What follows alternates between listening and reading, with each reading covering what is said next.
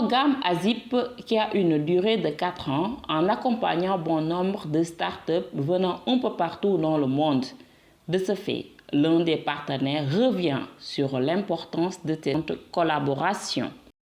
Donc c'est une collaboration qu'on a entre la DRFJ et Startup Bootcamp ASIP, le programme ASIP depuis maintenant 4 ans, c'est la 4e année qu'on travaille ensemble sur ce programme.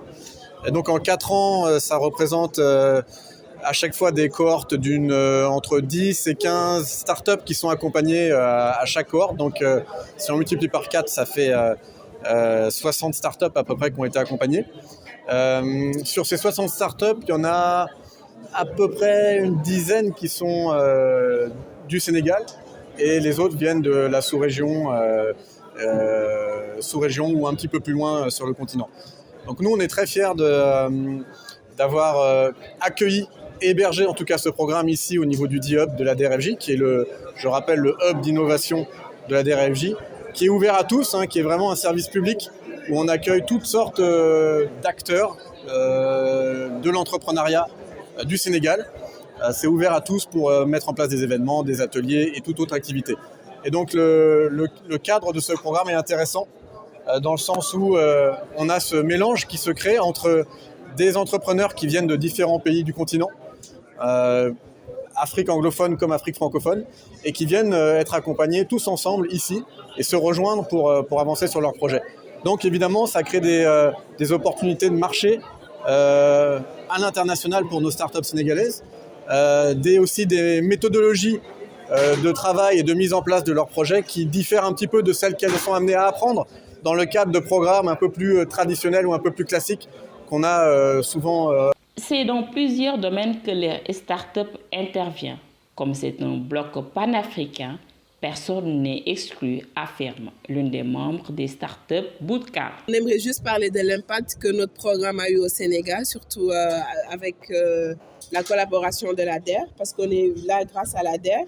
Et les impacts, parce que c'est pas que sur l'agriculture, on a eu des impacts sur la logistique, sur l'éducation, parce qu'une de nos startups a eu une collaboration avec le ministère de l'Éducation, et aussi sur l'informel, parce qu'avec 3 de nos startups qui ont un fort potentiel de création d'emplois, maintenant ils peuvent travailler avec les plombiers, les menuisiers, et qui leur permet d'avoir de la visibilité, d'augmenter leurs revenus et même d'améliorer leurs conditions de travail. On n'a qu'une seule sénégalaise, qu'une start-up sénégalaise, parce qu'encore une fois, c'est un programme panafricain. Donc, on travaille avec toutes les entreprises qui sont en Afrique, africaines. Mais l'idée, c'est de voir les solutions qui pourront répondre à certaines des problématiques qu'on a. C'est pour ça que maintenant, on veut faire, parce qu'on s'est rendu compte qu'on peut faire plus d'impact sur le côté des start-up sénégalaises. Donc, du coup, maintenant, on veut faire des programmes où c'est vraiment axé que sur les startups sénégalaises qui vont rejoindre ce programme. Parce qu'à la base, le programme Startup Bootcamp Afritech, ASIP. De ma présence ici aujourd'hui, c'est juste pour venir assister à cet événement, pour voir. Parce qu'en fait, comme vous le savez, nous, on s'intéresse beaucoup à l'emploi des jeunes. On a un modèle d'insertion des jeunes agricoles dans les chaînes de valeur agricoles. Et même un nouveau programme qu'on va incessamment lancer qui tend à booster toujours l'insertion des jeunes dans les chaînes de valeur à travers l'agri-accélérateur. Par expérience, nous savons que ces jeunes-là sont souvent confrontés à de nombreux problèmes, notamment en ce qui concerne le stockage des produits, l'accès aux intrants, la gestion des pertes post-récolte et tant d'autres problèmes. C'est pourquoi nous nous intéressons à voir des solutions telles que celles proposées par les startups de cette cohorte-là, dont certaines s'intéressent à l'accès à l'énergie pour la conservation, d'autres s'intéressent aux aspects logistiques, d'autres à d'autres aspects qui certainement intéressent les jeunes. Parmi d'entre eux, des startups créant un mode de paiement sans contact ni Internet pour une transaction fixe. Ça s'appelle Coripass. Coripa, c'est un nouveau moyen de paiement qui utilise la technologie NFC pour faire des paiements sans contact et sans avoir besoin d'Internet ni de téléphone portable. Donc actuellement, on a commencé, on est dans le marché. Donc nous avons déjà un partenariat avec des boulangers. Et donc on a déjà déployé dans plusieurs boulangeries au niveau de Dakar. Et ils utilisent la solution. Donc on a plus de 3000 utilisateurs actuellement à Dakar. Et on a presque 50 marchands.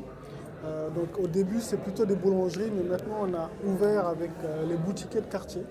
Donc nous, le but, c'est que le père de famille puisse créer un compte, donc accrocher un device comme ça qui contient une puce NFC.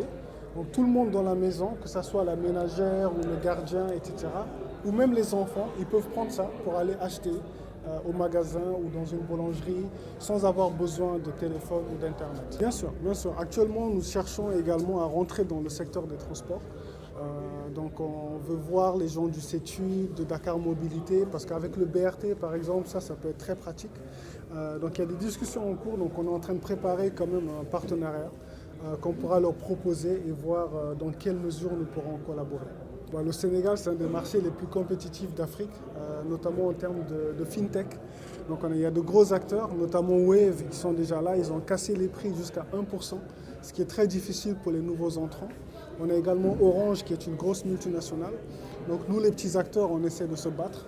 C'est pas facile, mais en apportant des innovations et en ajoutant de la valeur ajoutée, de nouveaux services à nos marchands, je pense qu'il y a de fortes chances. À tous les commerçants, marchands, même s'ils sont informels, aujourd'hui on sait qu'en Afrique de l'Ouest, on a beaucoup de marchands qui sont informels, qui ne sont pas régularisés et le gouvernement n'a aucune traçabilité sur ces personnes-là. Donc aujourd'hui, nous, on les aide à avoir accès à tout ce qui est paiement digital, mais pas que. On les aide à fidéliser leurs clients, mais aussi à avoir accès à tout ce qui est prêt pour qu'ils puissent se développer.